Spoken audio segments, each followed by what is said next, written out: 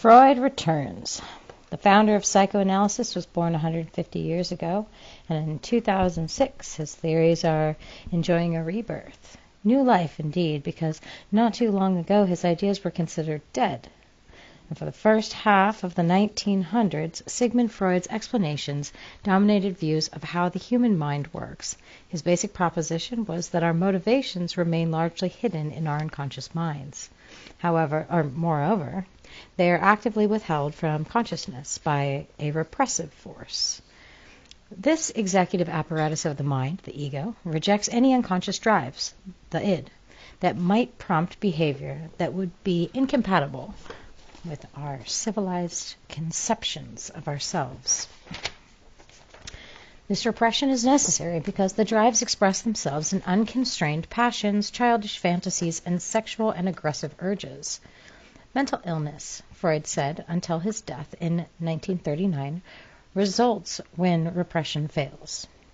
Phobias, panic attacks, and obsessions are caused by intrusions of hidden drives into voluntary behavior. The aim of psychotherapy, then, was to trace neurotic symptoms back to their unconscious roots and expose these roots to mature, rational judgment, therefore depriving them of their compulsive power. As mind and brain research grew more sophisticated from the 1950s onward, however, it became apparent to specialists that the evidence Freud had provided for his theories was rather tenuous. His principal method of investigation was not controlled experimentation, but simple observations of patients in clinical settings, interwoven with theoretical inferences. Drug treatments gained ground, and biological approaches to mental illness gradually overshadowed psychoanalysis. Had Freud been alive, he might even have welcomed this turn of events. A highly regarded neuroscientist in his day, he frequently remarked such as, "The deficiencies in our description would presumably vanish if we were already in a position to replace the psychological terms by psychological and chemical ones." But Freud did not have the science or technology to know how the brain of a normal or neurotic personality was organized. So by the 1980s, the notion of ego and id were considered hopelessly antiquated, even in some psychoanalytic circles. Freud was history. In the new psychology, the new updated thinking went, depressed people do not feel so wretched because something has undermined their earliest attachments in infancy. Rather, their brain chemicals are unbalanced. Psychopharmacology, however, did not deliver an alternative grand theory of personality, emotion, and motivation, a new conception of what makes us tick. Without this model, neuroscientists focused their work narrowly and left the big picture alone. Today, that picture is coming back into focus, and the surprise is this: it is not unlike that one that Freud outlined a century ago. We are still far from a consensus, but an increasing number of diverse neuroscientists are reaching the same conclusion, drawn by Eric R. Kandel of Columbia University, the 2000 Nobel laureate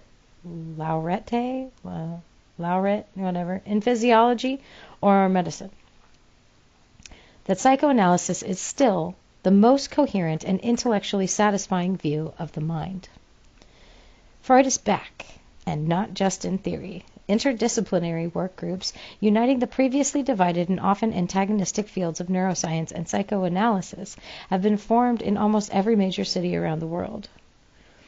These networks, in turn, have come together as an international neuropsychoanalysis society, which organizes an annual congress and publishes the successful journal Neuropsychoanalysis. Testament to the renewed respect for Freud's ideas is the journal editorial advisory board, populated by a who's who of experts in contemporary behavioral neuroscience, including Antonio R. Damasio, Kandel, Joseph E. Ledoux, Benjamin Libet, Jacques Penskep, Villayanuar, S. Ramachandran, David L. Satcher, and Wolf Singer. Sorry if I slaughtered your names. Together, these researchers are forging what Kandel calls the new intellectual framework for psychiatry. Within this framework, it appears that Freud's broad brushstroke organization of the mind is destined to play a role similar to the one of Darwin's theory of evolution served for molecular genetics, a template of which emerging details can be coherently arranged. At the same time, neuroscientists are uncovering proof for some of Freud's theories and are teasing out the mechanisms behind the mental processes he described. Unconscious motivation. When Freud introduced the central notion that most mental processes that determine our everyday thoughts, feelings, and volitions occur unconsciously, his contemporaries rejected it as impossible. But today's findings are confirming the existence of a pivotal role of unconscious mental processing. For example, the behavior of patients who are unable to consciously remember events that occurred after damage to certain memory encoding structures of their brains is clearly influenced by the forgotten events. Cognitive neuroscientists make sense of such cases by delineating different memory systems that process information explicitly or consciously, and implicitly or unconsciously. Freud split memory along just these lines. Neuroscientists have also identified conscious memory systems that mediate emotional learning. And in 1996 at New York University, Ledoux, sounds cool, demonstrated the existence under the conscious cortex of the neuronal pathway that connects perceptual information with the primitive brain structures responsible for generating fear responses. Because this pathway bypasses the hippocampus, which generates conscious memories, current events routinely trigger unconscious remembrances of emotionally important past events, causing conscious feelings that seem irrational, such as "a men with beards make me uneasy." Neuroscience has shown that the major brain structures essential to forming conscious, explicit memories are not functional during the first 2 years of life, providing an elegant explanation of what Freud called infantile amnesia. As Freud surmised, it is not that we forgot our earliest memories, but simply cannot recall them to consciousness. But this inability does not preclude them from affecting adult feelings and behaviors.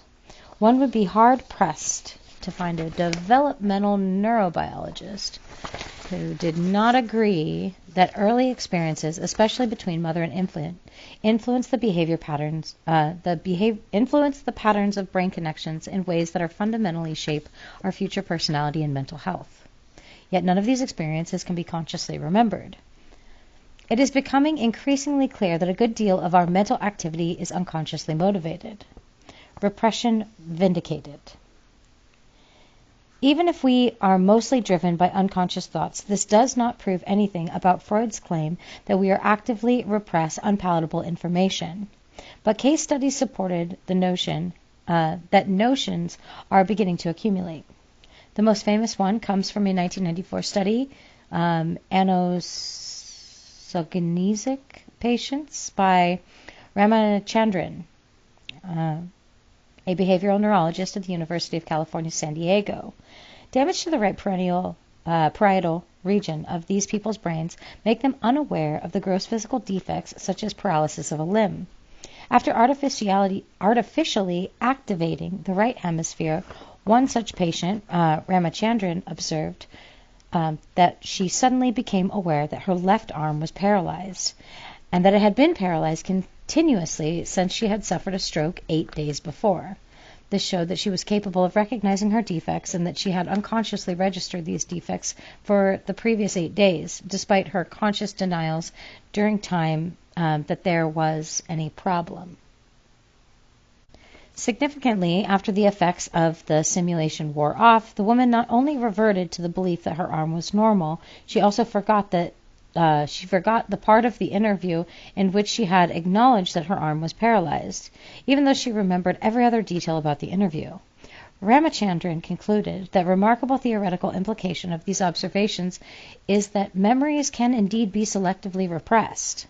Seeing this patient convinced me, for the first time, of the reality of repression phenomena that form the cornerstone of the classic psychoanalytical theory. Like split brain patients, those hemispheres become unlinked, a situation made famous in studies by Nobel laureate Roger W. Sperry of the California Institute of Technology. In the 1960s and 1970s, anosognistic patients typically rationalize away unwelcome facts. Hold on, am I in the right place? Yeah. Sorry. Anosognistic patients typically rationalize away unwelcome facts, giving plausible but invented explanations to their unconsciously motivated actions. In this way, Ramachandran says the left hemisphere manifestly employs Freudian mechanisms of defense. Analogous phenomenon have now been demonstrated in people with intact brains too, as neuropsychologist Martin A. Conway of Durham University in England pointed out in a 2001 commentary in Nature. If significant repression effects can be generated in average people in the innocuous laboratory setting, then far greater effects are likely in real-life traumatic situations. So let's side note to read on this mind and matter. Freud drew his final model of the mind in 1933. Below left, the color has been added. Dotted lines represent the threshold between the unconscious and the conscious processing. The superego repressed instinctual drives. The id the superego repressed instinctual drives, the id, preventing them from disrupting rational thought. Most rational or ego processes were automatic and unconscious too. So only a small part of the ego, the bulb at the top, was left to manage unconscious experience, which was closely tied to perception. The superego mediated the ongoing struggle between the ego and id for dominance. Recent neurological mapping on the right generally correlates with Freud's conception. The core brainstem and the limbic systems responsible for instincts and drives roughly correspond with Freud's id. The ventral frontal region, which controls selective inhibition, the dorsal frontal region, which controls self-conscious thought, and the posterior cortex, which represents the outside world, amount to the ego and the superego. Got it? Okay.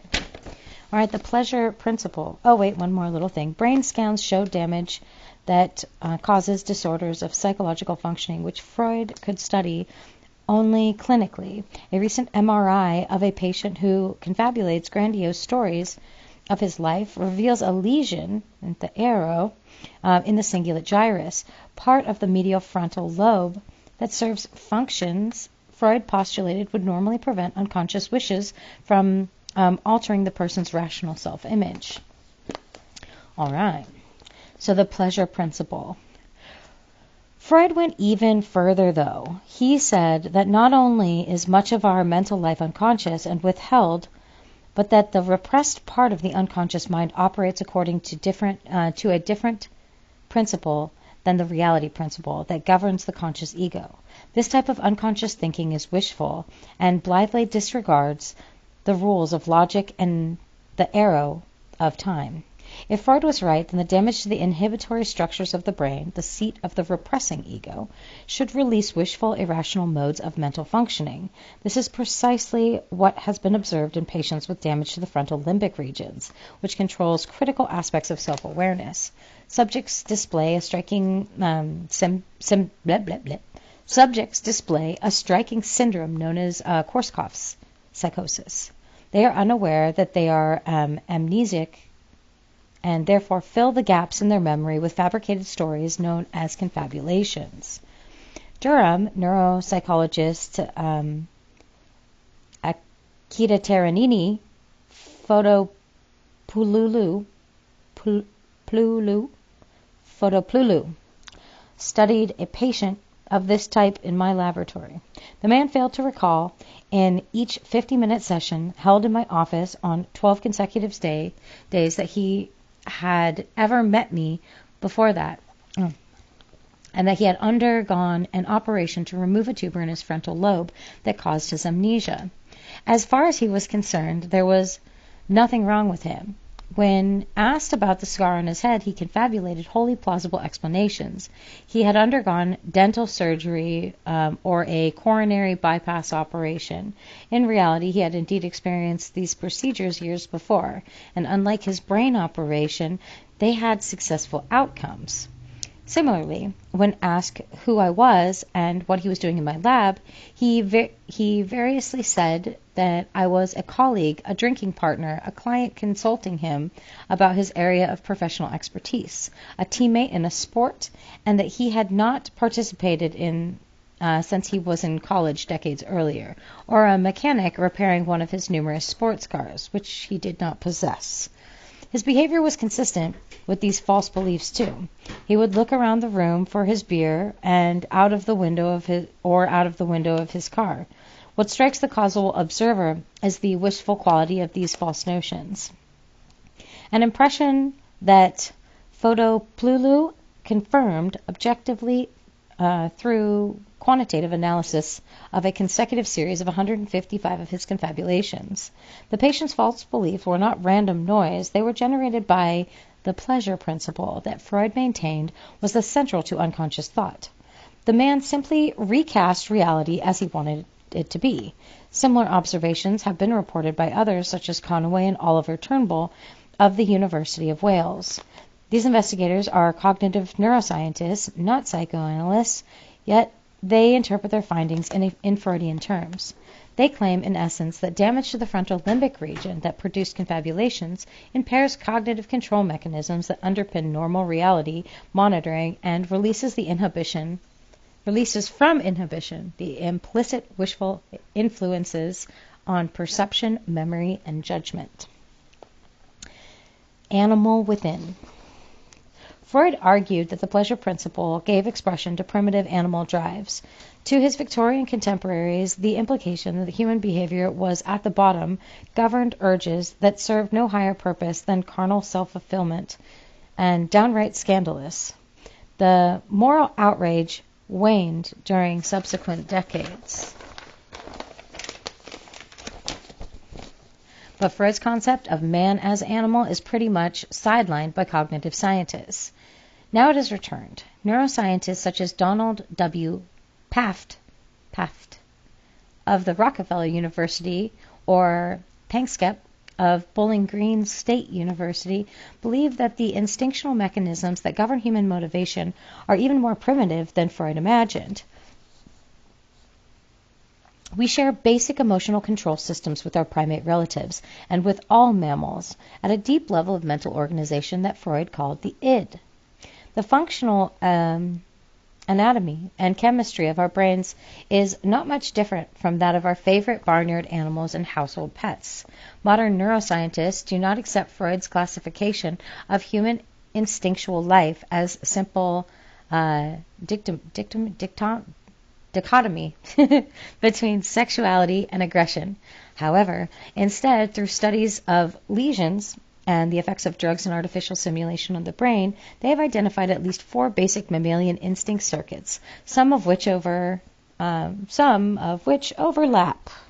That's what I was looking to say. They are the seeking or reward system, which motivates the pursuit of pleasure, and the anger-rage system, which governs angry expression but not predatory aggression. The fear-anxiety system, and the panic system, which includes complex instincts such as those that govern social bonding. Whether other instinctual forces exist, such as a rough-and-tumble play system, is also being investigated. These systems are modulated by specific neurotransmitters, chemicals that carry messages between neurons.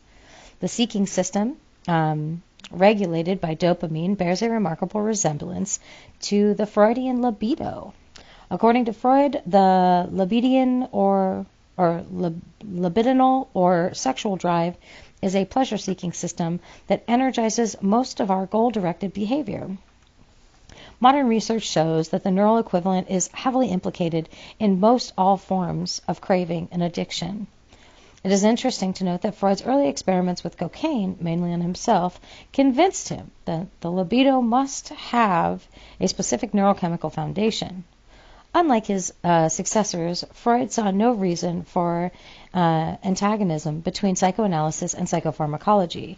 He enthusiastically anticipated the day when the id energies would be controlled directly by a particular chemical substance. Today, treatments that integrate psychotherapy and psychoactive medications are widely recognized as the best approach for many disorders. The brain imaging shows that some talk therapy affects the brain in similar ways to such drugs.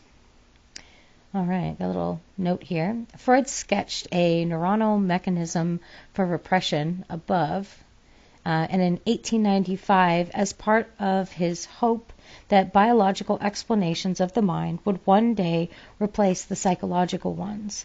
In his scheme, an unpleasant memory would normally be activated by the stimulus, the QN, far left heading from the neuron.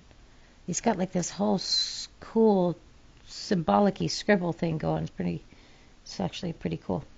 Okay, so heading from neuron A towards neuron B, and then neuron alpha to the right of A, would divert the signal and thus prevent the activation of other neurons, which is the top right, exerted a repressing influence.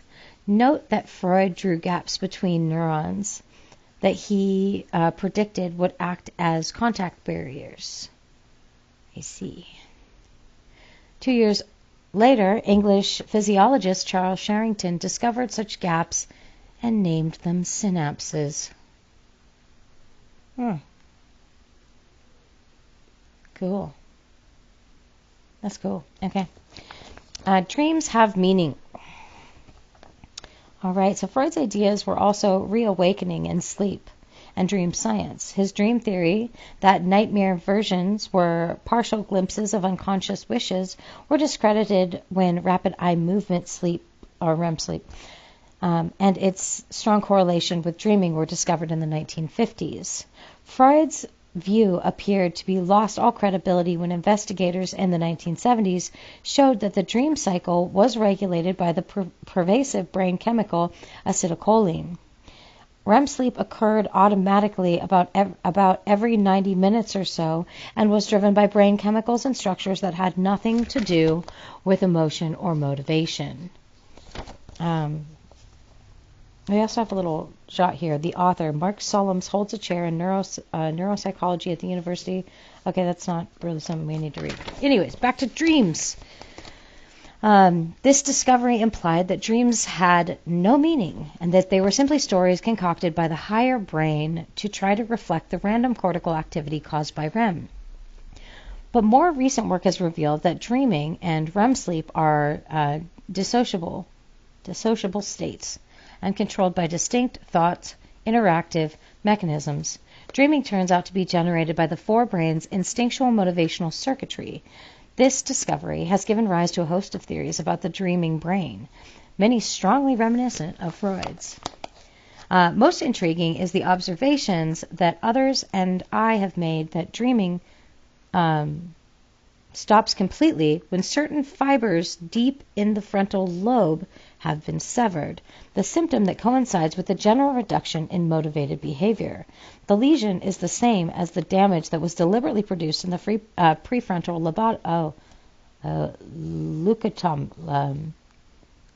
leucotomy? Is it trying to say lobotomy? Why is there a K in there?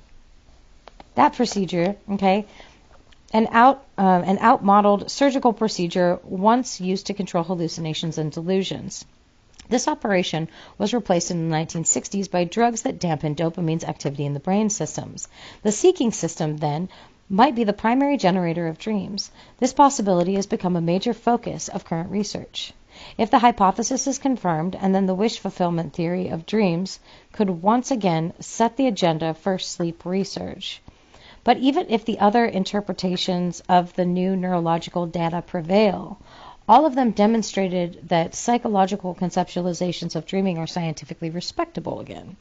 Few neuroscientists still claim, as they once did with impunity, that dream content has no primal emotional mechanism. Finishing the job.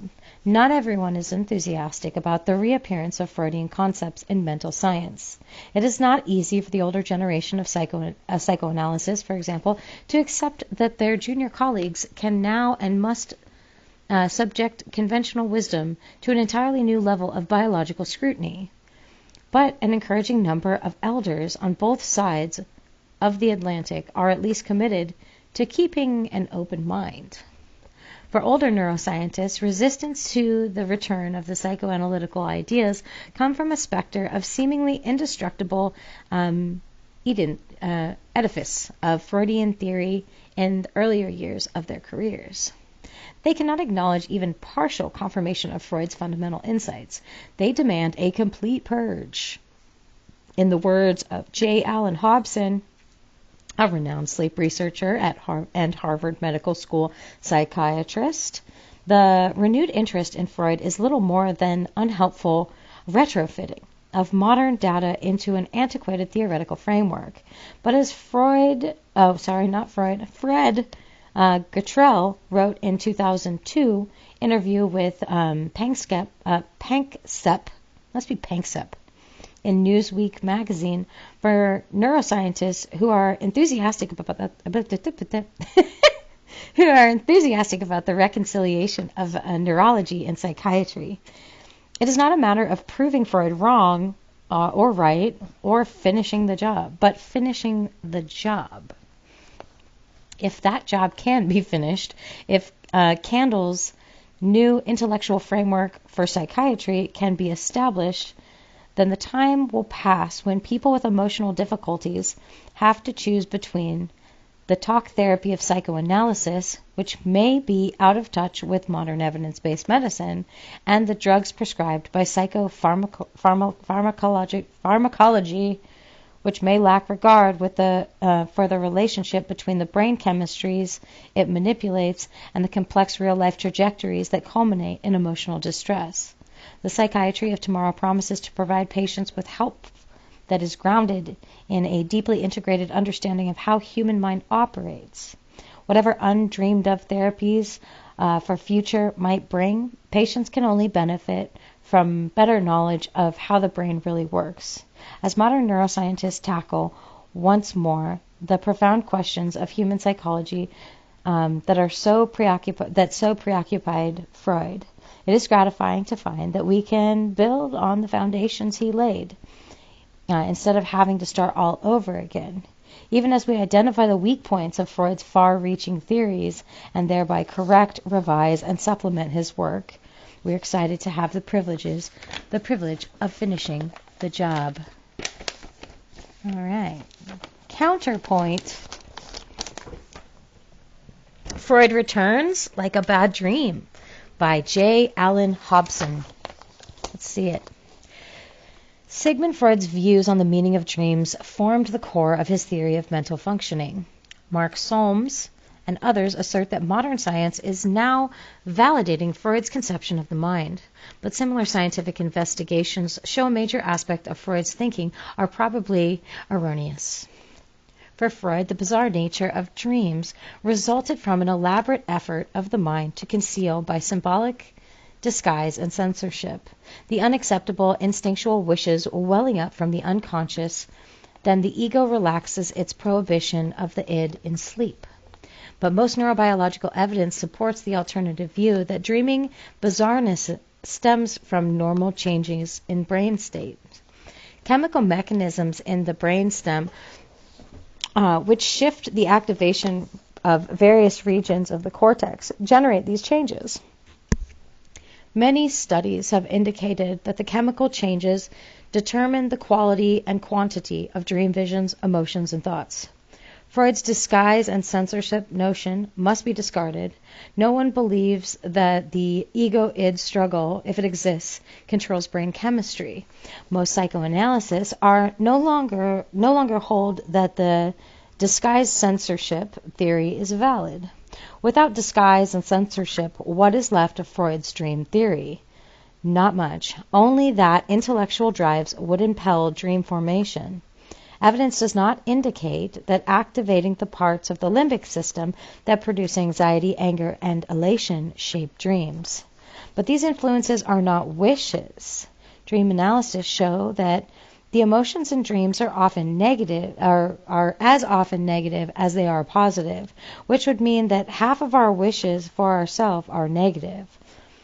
And as all dreamers know, the emotions in dreams are hardly disguised.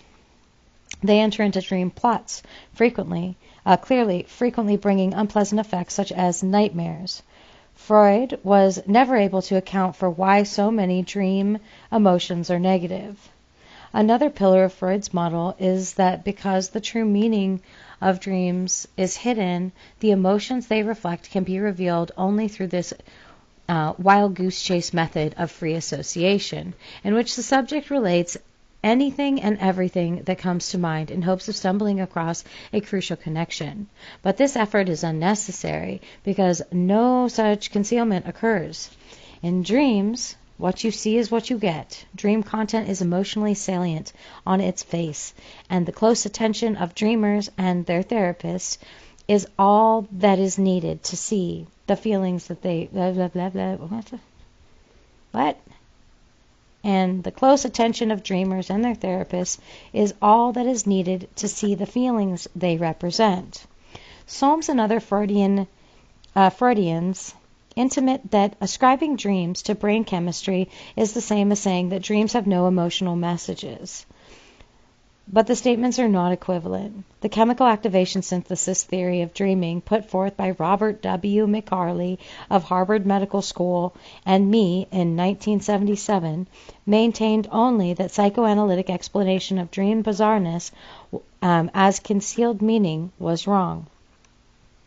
We have always argued that dreams are emotionally salient and meaningful. What about REM sleep?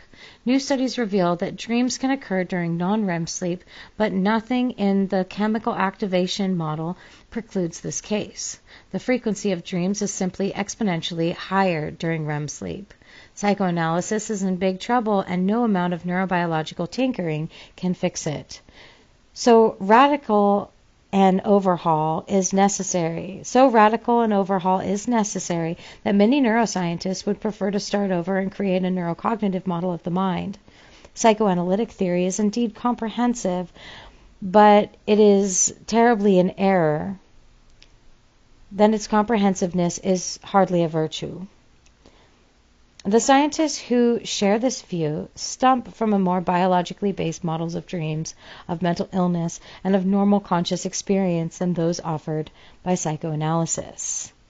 J. Allen Hobson, professor of psychiatry at Harvard Medical School, has written extensively on the brain basis of the mind and its implications for psychiatry. For more, see Hobson's book, Dreaming, An Introduction to the Science of Sleep, or don't. Sorry. All right, next part is called Neurotic, about the neurons. Scientists today are using the latest imaging technologies to investigate Sigmund Freud's most fundamental tenets. That dreams represent unfulfilled wishes, and that three parts of the psyche, the ego, the id, and the superego, have neuronal bases, and that talk therapy changes the physical networks of neurons in the brain. The fact that such work is happening at all represents an apparent comeback of psychoanalysis. See Freud Returns, which we just read. No one would like to be happier than Freud himself, although his followers would like to think that his work is pure psychology. The young Freud built his theories on his own detailed investigation of animal and human brains. To him, every mental illness stemmed from a physical defect in the brain.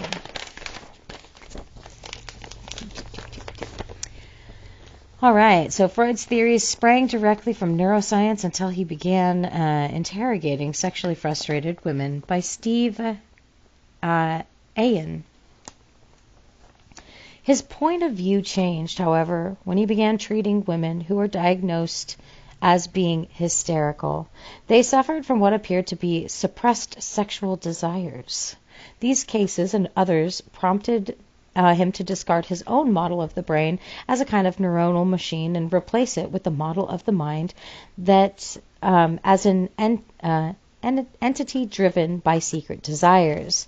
Freud constructed his fantastic theories of dreaming, repression, and ego and id based on years of listening to troubled patients tell their woes while lying in his office couch, a career move from the brain lab motivated primarily by Freud's need to make enough money to support his rapidly expanding family. And yet his final writings, he acknowledged his own repressed hope that one day science would recast his maxims in neurology. Rooted in biology. Sigismund Shlomo Freud, I hope I said that right, came into the world on May 6, 1856, the first of 8 children. He was born in Freiburg in an Austro-Hungarian Empire, today the town of Pribor in the Czech Republic. 4 years later, his mother and father, a wool dealer, moved the family to Vienna for good. The wool business never went well, and like most Eastern European Jewish immigrants, the family struggled against anti-Semitism and poverty.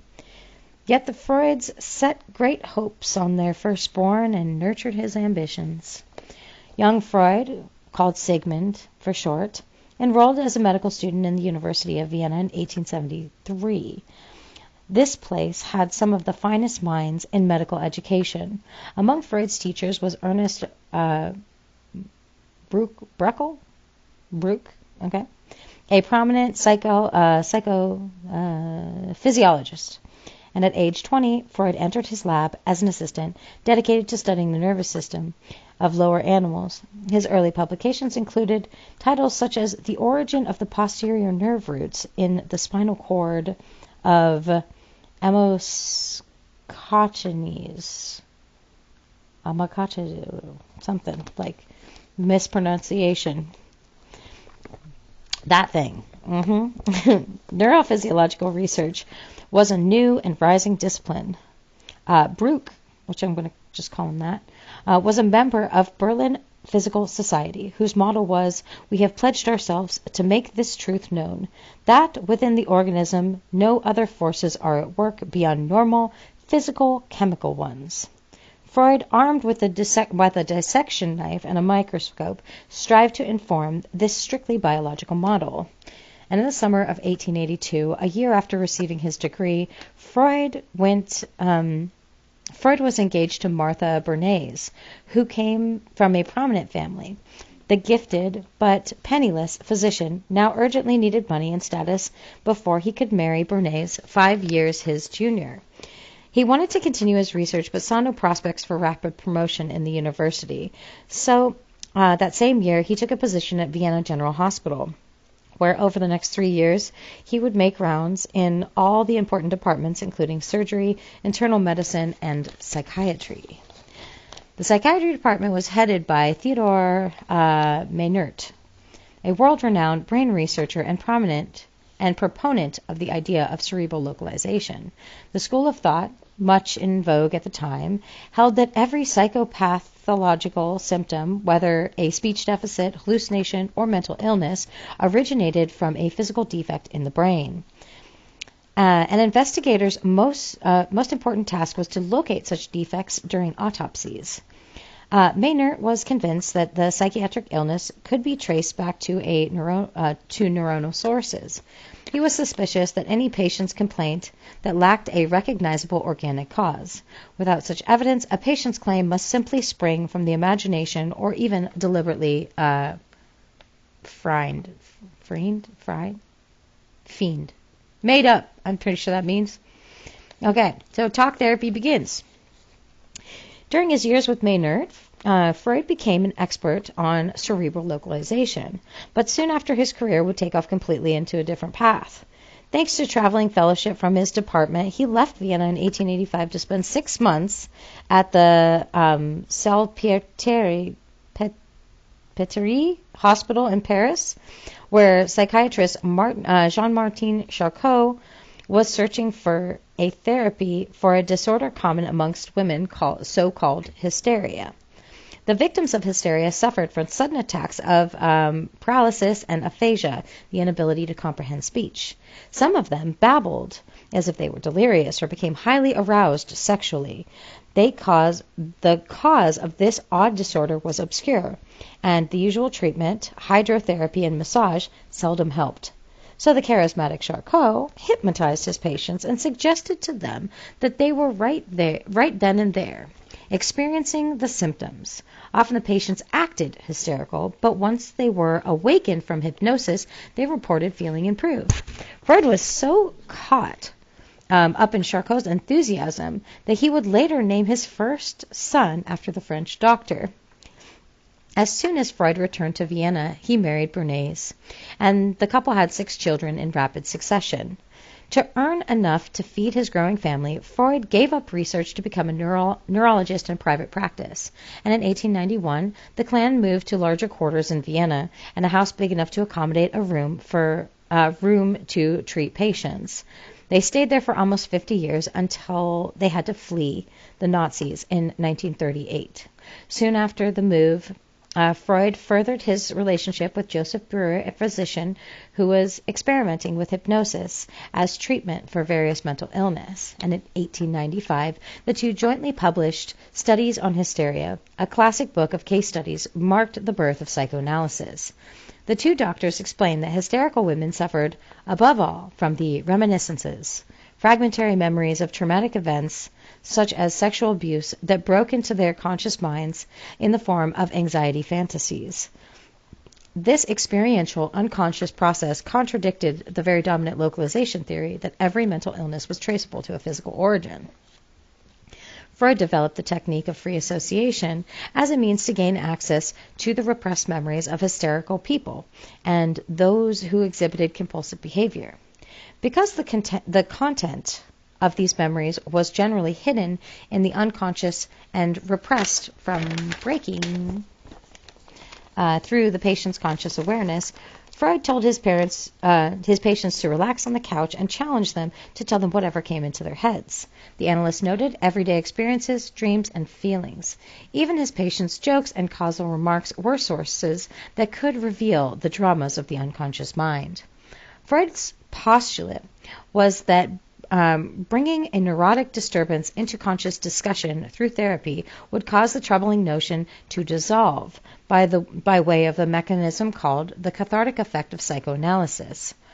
Freud's heart was not in treating patients, however. The tedious therapy sessions served above all as a laboratory for the refinement of his theories.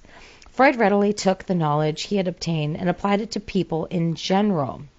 As he wrote, what analytic research originally had in mind was no more than finding the causes of a few pathological mental conditions. But in achieving this, we were able to discover relationships of fundamental significance and thus create a new psychology. And in 1899, Freud laid the foundations of psychoanalytic theory in his book, The Interpretation of Dreams. The script presented a set of ideas that had influenced modern thought just as strongly as Darwin's theory of evolution or Einstein's theory of relativity. In later decades, Freud would revise, expand, and even discard individual ideas within the theory. After World War I, he postulated a second source of psychic energy, and in addition to the libido, that he called the thanatos, or death instinct. The division of the psyche into three interactive parts: the driven id, the moralistic superego, and the ego that negotiated between the two, was chiefly delineated in the 1920s, but psychoanalysis persevered. Dreams marked a complete turn away from neurology, tending purely in psychology. In fact, Freud wrote, "We shall wholly ignore the fact that the psychic apparatus concerned is known to us as an anatomical preparation, and we shall carefully avoid the temptation to determine the psychic locality of in any anatomical sense. We shall remain on a psychological ground." This position affected not just therapy but research methodology. The interpretation of reported dreams, for instance, had nothing in common with the search for brain injuries or arousal of the central nervous system. Nevertheless, when it came to the psychic apparatus, Freud continued as before to see both psychological and biological principles at work. This conundrum led him to the heart of the ancient mind-body problem, whether the mind is purely the outcome of neurons firing it throughout the nervous system or whether it arises as a higher state. Freud had already imagined resolving it in 1895 when he drafted a report called Project for a Scientific Psychology. The intention, he wrote, is to flourish a psychology that shall be a natural science, that is, to represent psychic processes as quantitatively determinate states of specifiable material particles, thus making the process precipitous and free from contradiction. The material particles were most likely neurons, which were in contact with one another via synapses. What Freud meant by qualities was the level of psychic energy flowing through the neurons. The energy arose from arousal either by a sensory organ or, far more important, by the body's own drives. Discharging this energy in the sex act, for instance, creates pleasure for the individual, whereas blocking its discharge creates displeasure.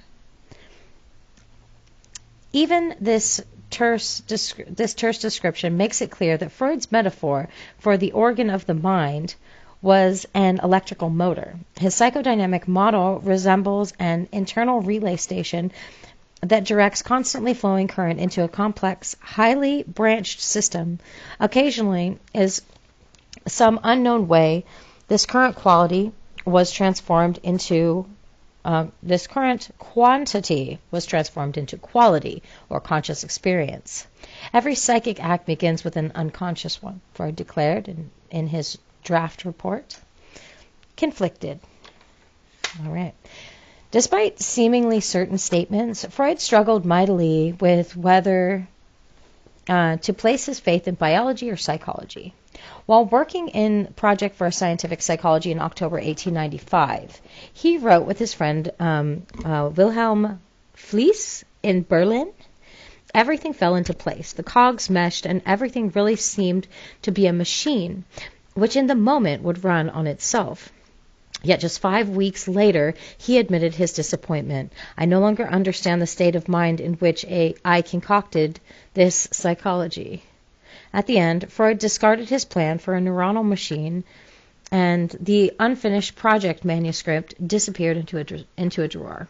Freud failed to reconcile the brain and the mind because he saw no possibility of finding a neurological basis for distinguishing between conscious and unconscious processes, the magical hub around which his entire psychology revolved. The dead end was not surprising, given that research into brain functions was still primitive. No one knew how the brain worked. Wilhelm Waldeyer had just introduced the concept of the neuron in 1891. The big question was whether the dense tissue of the brain was a single sponge-like mass, as Italian Camillo Golgi believed, or whether it was made up of many tiny units, the concept favored by Spanish histologist Santiago Ramon Icael. That guy's cool. Golgi developed a staining method that allowed scientists to study thin sections of the brain under a microscope. Using Ramon Icael's was able to identify the narrow gaps between the neuron cell body, leading him to the image of a madrid of intercommunicating units in the brain. The advancement brought Golgi and Ramon Icael, I'm saying that hopefully right, it sounds cool, the Nobel Prize in Physiology or Medicine in 1906. Scientists were also largely in the dark about anatomical brain function. It had been about 20 years since losses in certain regions of the mysterious gray organ had been linked to a specific pathological symptom. Paul Barocca, a French neuroanatomist, investigates the aphasic who had unusual speech problems. The patient understood most of what was said to him, yet could not produce a single intelligible sentence. After the patient died, Barocca autopsied his brain and discovered lesions in the part of his left frontal lobe known today as Barocca's area. And the ability to produce speech is located there. Barocca's German colleague, Karl Wernicke, discovered a neurological seat of speech understanding, the part of the frontal lobe far above Barocca's area. A patient with damage there cannot understand even the simplest speech, but can still produce grammatically correct, although often meaningless, sentences. A few other anatomical associations have been found in 1895. However, physicians hoped every one of the gyri and sulci, the characteristic hills and valleys of the cerebral cortex, might be charted according to its function. But Freud was skeptical. What would that say about the psychic events taking place within them? His answer? Nothing. We know two things concerning what we call our psyche or mental life. Firstly, our bodily organs and scene of action, the brain or nervous system, and secondly, our acts of consciousness, which are the immediate data and cannot be more fully expanded by any kind of description. Everything that lies between these terminal points is unknown to us, and so far as we are aware, there is no direct relation between them. If it existed, it would at the most afford an exact localization of the processes of consciousness that would give us no help towards understanding them. These words are found in the opening of an outline of psychoanalysis, Freud's last work, which he began shortly before his death in 1939. Here again, Freud collected the most important points of his psychology. The phenomena with which we have had to deal do not belong to psychology alone. They have an organic and biological side as well. We have adopted the hypothesis of a psychic apparatus extended in space, appropriately constructed, developed by exigencies of life, which gives rise to the phenomenon of consciousness. Only one particular point, and under certain conditions, this hypothesis has put us in a position to establish psychology on foundations similar to those and of other science. When Freud's flirtation with biology Freud's flirtation with biology no more than a self-misunderstanding, as philosopher Jürgen Habermas wrote? Or did it merely serve as a pretext he used to endow his teachings with the prestige of science? There is a great deal of evidence that Freud did believe that psychoanalysis would one day have empirical foundations. Some experts today are indeed attempting to lay the groundwork of neuropsychoanalysis. Modern neuroscience, they claim, possesses the necessary methods and findings to support Freud's assumptions. Yet Freud himself realized that the converse might be true. Biology is truly a land of unlimited possibilities. We may expect it to give us the most surprising information, and we cannot guess what answers it will return in a few dozen years to the questions we have put to it. They may be a kind that will blow away the whole of our artificial structure of hypothesis.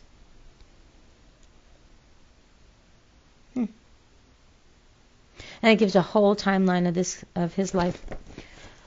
The end.